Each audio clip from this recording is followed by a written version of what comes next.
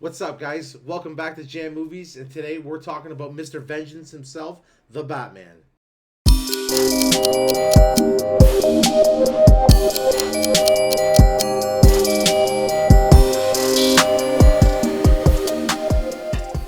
All right, guys. Let's start with the budget, like always. It made 185 mil. The American sales, sorry, made 365 or 69 million, and I believe in total it made 779 million gross. So, Yeah, you know what? I remember going to see this opening night, mhm. and the whole thing was sold out. Almost every show was sold out, so I can definitely see the amount of money that this movie made. And it was, obviously it should have made that much money. It was a beautifully crafted movie, a different take on a superhero movie, different than something we've ever seen in a Batman, that's for sure. When I think of the Batman, it's more of like a detective noir type style of a movie as opposed to your standard, lots of action and stuff exploding and whatever, which we did get that, but not as much as we would have in, a Christopher Nolan Batman. So how do you think they used the budget? Great considering the issues they had with COVID. The movie was, I believe, supposed to be 5 months itself, or 7 months, I believe it was.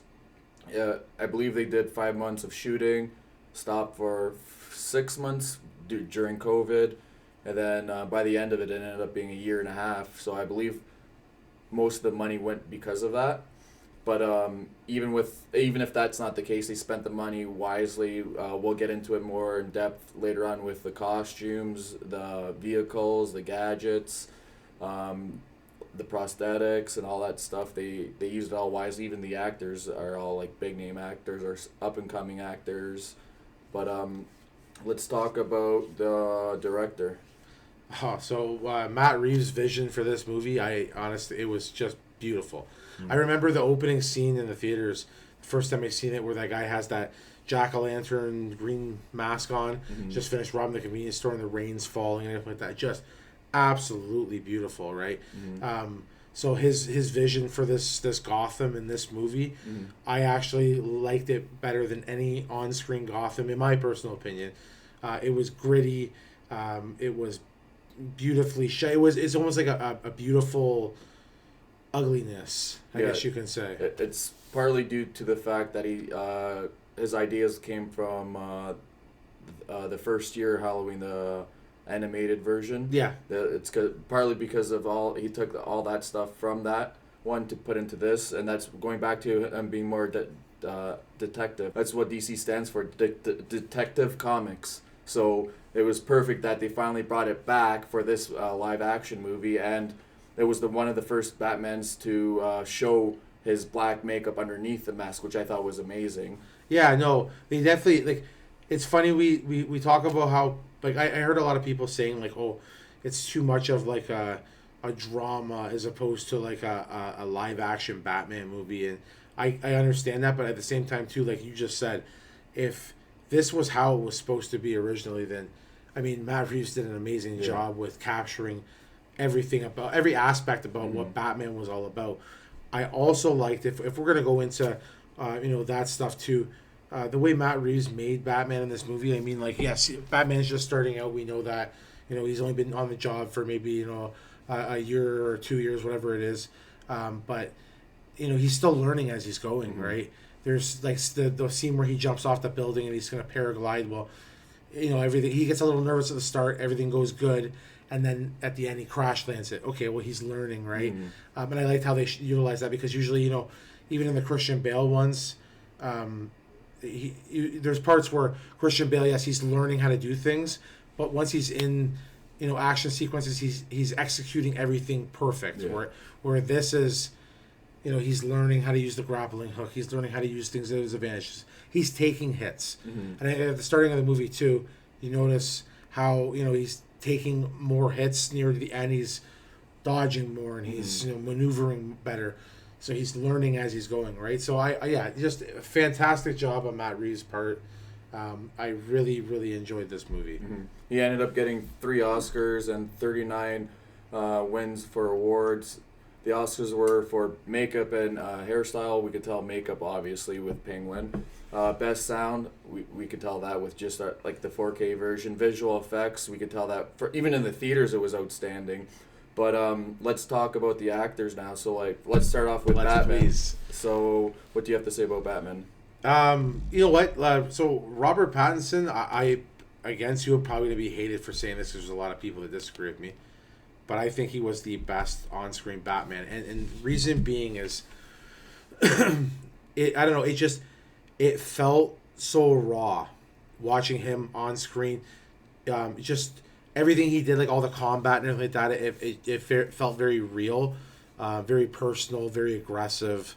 I thought he did a great job. Now, if you're talking, when we talk about Batman, there's always the difference in character between Bruce Wayne and Batman. Mm-hmm. It's two characters. Did he do a great job as Bruce Wayne? Not really. I've seen better Bruce Waynes. My personal favorites are Keaton and Affleck, to be honest, for Bruce Wayne. But this one, I mean, he didn't get too much time, I guess, on screen as Bruce Wayne anyways. The scenes where he was Bruce Wayne, okay. I'm assuming maybe in the Batman Part 2 we'll see him grow more into the Bruce Wayne character.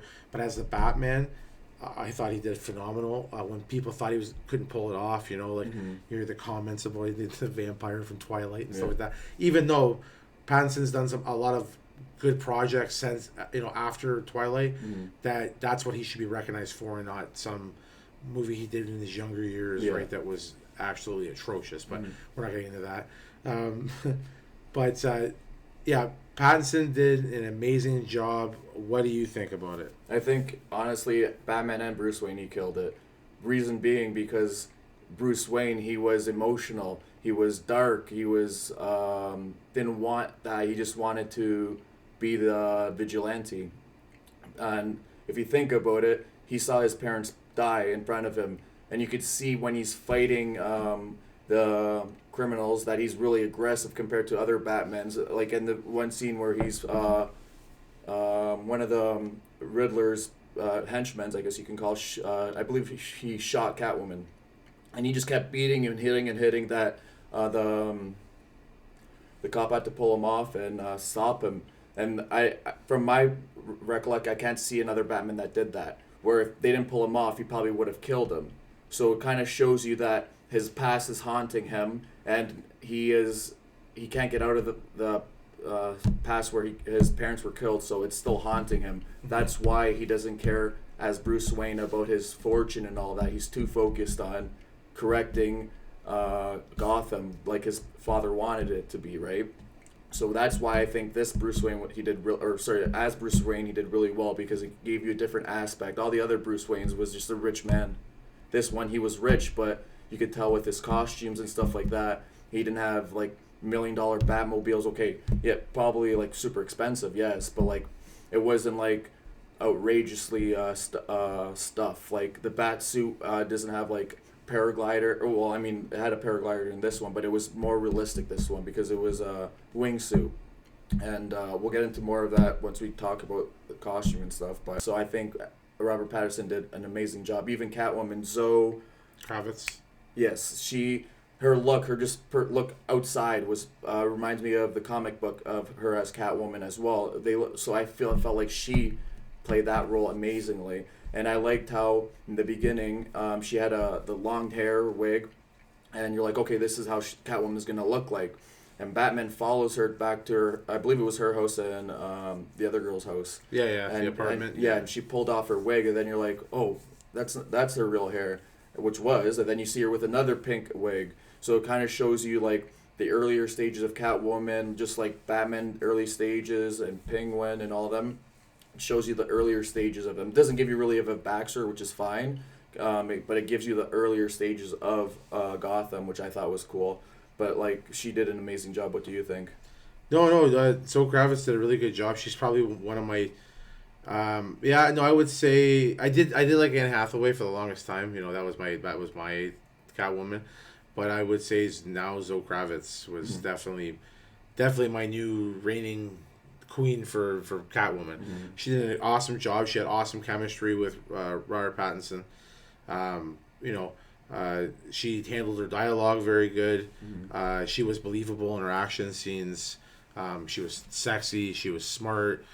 She had a dangerous but sweet side to her, and she displayed that very well. But I do want to talk about Paul Dano. Paul Dano's performance as the Riddler was outstanding. A completely different take on the Riddler like we've never seen before. He was sadistic. He was playing games as the Riddler should, right? Mm-hmm. But there was a purpose. The political purpose behind it was genius in the writer's part. But the way Dano played that character, right up until he gets caught, and then the scenes where him in jail, just a phenomenal job on his part. Obviously, the dialogue helps out a lot too, right? But no, he did great. That was probably the best version of the Riddler I've seen, both animated and live action, right? And again, they're completely different, Mm-hmm. right? But what did you think? I thought he did a great job. I liked the whole costume. We'll get more into that and more into why I thought he did a great job as a Riddler. But that goes into my one of my favorite scenes. So we'll save that for later. But let's get into the Penguin. What do you think of the Penguin? The Penguin. Okay, so first of all, that's Colin Farrell. That's shocking. Yeah. It still shocks me to this day. Not even just the makeup, but his whole demeanor. The way he carries himself. Mm-hmm. He kind of feels like a mob. You get that mobster feeling, Mm-hmm. but then you also get that feeling of Penguin without making him look like he did in the Tim Burton movie, right? Yeah. So it's more realistic. You can see why he gets the name Penguin. And then now with the spin-off, right? They're trying to build up the fact that he's mob boss running the town, whatever, right? Making it more of a gritty aspect to the movie. Mm-hmm. Yeah, no, Colin Farrell did an awesome job. All of them had standout performances, but the Penguin's obviously definitely one of the big ones. Yeah, I agree too. I don't want to get too much into it. We'll get into it more with the costumes, but I'll say this about it. When he only had the bottom half of his prosthetics done, and he was already out stunned by how amazing of a job that they did with that, and he, as soon as he got the half face done, he started to even act as he was Penguin, and then they only did that just to test it, just the bottom half, and then once they got the full prosthetics on, he started getting into more, and the more he talked, the more he got more into the role. The only thing which you can't really change is his eyes. His eyes are too piercing as just the way he is, so you could tell it's him if you look at his eyes. But other than that, you can't tell it's him at all. And no. I think he did a great job with his demeanor, his walking, and his craziness and whatnot.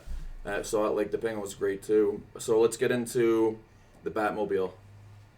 Yeah, the Batmobile I liked because it was realistic. Again, too, now we're talking about the Batman still trying to find himself. Mm-hmm. He's still trying to figure things out. He's not quite sure, with all these gadgets and stuff that he has yet. Mm-hmm. So he builds this car that, can clearly outrun a Maserati, right? Yeah. So I loved it. I thought it was very realistic, very, for his style of Batman, it was very him. Mm-hmm. I hope that in the Batman Part 2 they bring that Batmobile back at least. Mm-hmm. Somewhat a version of that.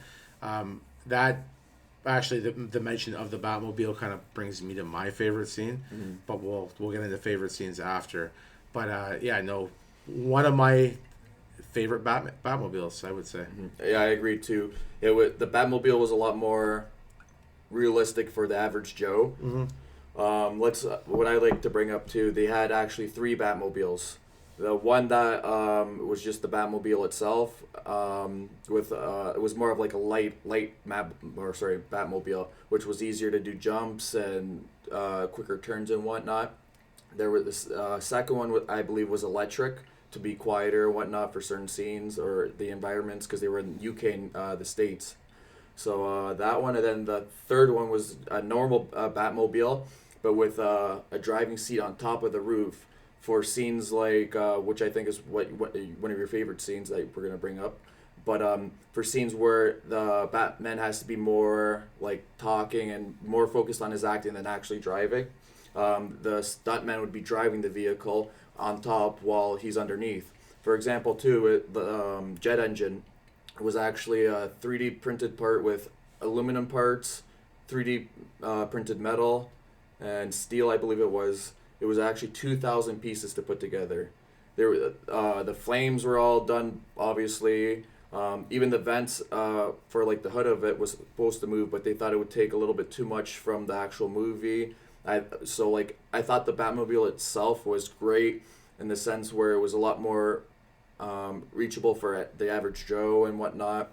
Even like the the Batman suit. When Robert Patterson was actually going to his audition, he wore one of the old Batman suits. I forget which one, but he wore it, and it was a lot more stiff compared to the new one. And actually, bringing up back Robert Patterson, he actually sent Matt Reeves, sorry, an MP4 thing, and it was the Batman theme song actually, and Matt Reeves was absolutely loved it and whatnot, and he was doing Tenet when he got the audition for the Batman too. It was pretty cool. Yeah. And it's funny to see the evolution of Robert Pattinson too, right? Going from, disastrous Twilight to, doing movies with Christopher Nolan, and now he's the new Batman, right? So it's interesting to see too as well. Did you want to get into your favorite scene? Let's do it. Yeah, go ahead.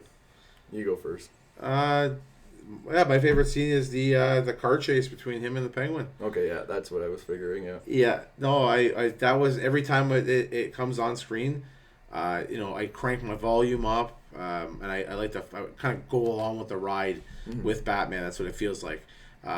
Beautifully shot scene, very intense, action packed. Both of them they look desperate, right? The Batman's desperate to catch the Penguin. The Penguin's scared. He wants to get away. The realism of the chase itself on the highway was just beautifully crafted. And then, of course, the score in the background with everything else going on it's just a beautiful scene. Love it. I can watch it a million times over. I've rewound it a couple of times and played it back again, especially in 4K with the Atmos. So just awesome. But mine was actually when Riddler was in Arkham. Let me first say a little bit more about Riddler. I like this costume because it's a costume that an average Joe can go to a military surplus store and get exactly everything he had. His glasses, not really. Apparently, it took actually 200 pairs till they found the right pair. And he was actually... Something that simple. Yeah, he was actually inspired by the Zodiac Killer as well. But so my favorite scene was the Arkham scene where it was Batman and him talking. And their chemistry in that scene was amazing. You could see that the Riddler thought the Batman was his friend that would agree with him doing what he's doing, but he didn't agree, and he got Batman super irritated, and then even he got upset. You can tell he got upset. Then he was whatever, I'm destroying the city just like I wanted. Even if I'm not behind bars, I can still destroy the city. So I thought that was amazing how the chemistry they had there and how he riled up Batman and yeah. Yeah, no, that was definitely a good scene. What do you think about the ending? No, so that ending was perfect because I like so going from the start, the starting scene with the train station, and even after he helps that man, he saves the man from not being beaten up. The guy's scared of Batman. Please don't hurt me, he says to the Batman. Yeah. So even though he's trying to help, people are scared of him. By the end of the movie, when the Batman reaches out his hand to help people are no longer, they're not scared of him. This man's here to help. Actually, they were scared. It was a little girl that made everyone else feel less scared. You could see that no one really wanted to come. It actually took the little girl to make everyone feel welcome. So I mean, but they're making that next step, right? So just the evolution of the Batman throughout the movie, leading up to that ending, and then now it's the Batman's ready to rebuild Gotham. He knows what he has to do, and he's ready to take care of that, right? One criminal down, and a million more to come, right? No, that's true, yeah. What did you think? I liked it a lot. it did a great job for the second Batman. I like to believe I've watched the first episode of the Penguin, and I thought the transition from the Batman to the Penguin was outstanding. There's actually a lot more cool aspects of like the prosthetics and stuff I like in the Penguin. But like you said, the transformation from beginning to the end of the movie with Batman was outstanding. I like the scene that he was just willing to die just to save people, right? Mm. And it showed like that's who he is, right? But I thought he played it out greatly, and even the mayor was willing to like stand up for her city and whatnot. So I thought it was great that you could see like almost like a revolution of like people starting to get sick and tired of all their stuff. Like I mean they were always, but you could see that Batman is trying to give them more inspiration to fight to make Gotham a better place for them to live in. But do you have anything else that you'd like to add?